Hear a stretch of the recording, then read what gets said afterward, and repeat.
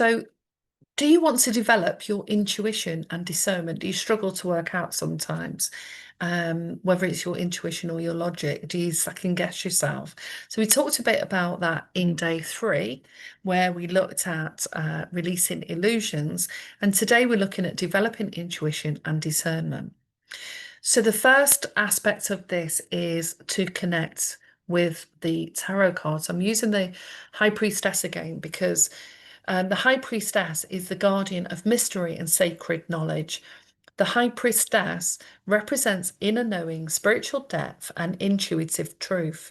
So connect with the colours and the imagery of the card so that this now connects you with this idea of you developing your intuition. She doesn't speak loudly, she whispers, and that's why often we've got to turn off the TV, switch our phones off, not watch the news, and just slow things right down. So she asks you to turn inward, to sit with your feelings and begin to discern the truth, not through logic, but through resonance. So we're activating today your intuitive channel.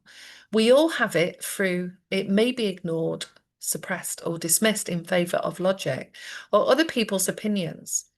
But your body, your heart, your dreams, they're always speaking to you. And intuition isn't just about predicting the future, it's about perceiving more of the presence. So, not in this card, but in some of the other tarots, the High Priestess stands between two pillars of mystery and truth. So, she invites us to sit in stillness and let deeper awareness arise. Intuition grows through practice, through silence, and through trust. So, today, begin with noticing what does yes feel like in your body. So, I started teaching that in the previous video. And what does no feel like? Have you had a time where you've ignored your gut feeling and then later regretted it? These moments are your teachers. Discernment comes from testing, sensing, and reflecting. So, the affirmation to get you moving forward on this is I am connected to my inner wisdom. I trust the whispers of my soul. So, like I've said, is I'll write the affirmations and the journal prompts down here. So, the mental health tip today is the body wisdom check-in. So, pause 3 times today. Place your hand on your heart and ask, what do I feel right now? Breathe in. What do I need? And trust the answer. So I'll give you some examples. In the past, I've often second guessed myself. And the more you do that, the harder it is to reconnect with the original response that you had. You know, sometimes a friend will say, do you like that t-shirt or that jumper? And straight away you'll go, I like this, I don't like that. And we don't apply the same wisdom to how we might feel about things.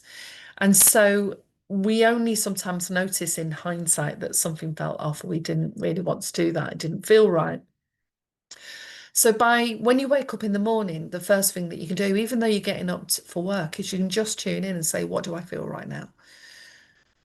Do I feel hungry, angry, happy, excited, curious?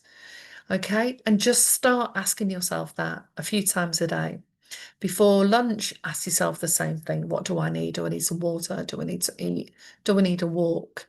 And then trust the first answer. So the yoga move with this is called the seated forward fold. So that activates this process. So you can look on Pinterest for the yoga moves. And the book recommendation is Radical Intuition by Kim Chesney. And the song recommendation is Cosmic Dancer. So the research behind this, before I give you the journal prompts, are research in neuroscience has shown that the gut has over 5 million neurons, often referred to as the second brain. Intuition is processed not just in the brain, but through the vagus nerve, heart intelligence, and subtle body awareness. Mindfulness and meditation enhance interoceptive awareness, our ability to sense our internal states, which is directly linked to our intuitive development. So I'll leave you on these journal prompts. What's one time that I listened to my intuition and it guided me well? Where do I feel most disconnected from my inner knowing? What practice could I start to help strengthen my intuitive muscle? So please like and subscribe to the videos if you haven't yet. Leave a comment below if you want to connect with me for a one-off session to find out the next steps, or my 3-session Kickstarter program where we get you some focus and moving forward and a plan that goes along with this, or any of the free products that I'm putting below. Then connect with me. And I look forward to seeing you on the next video.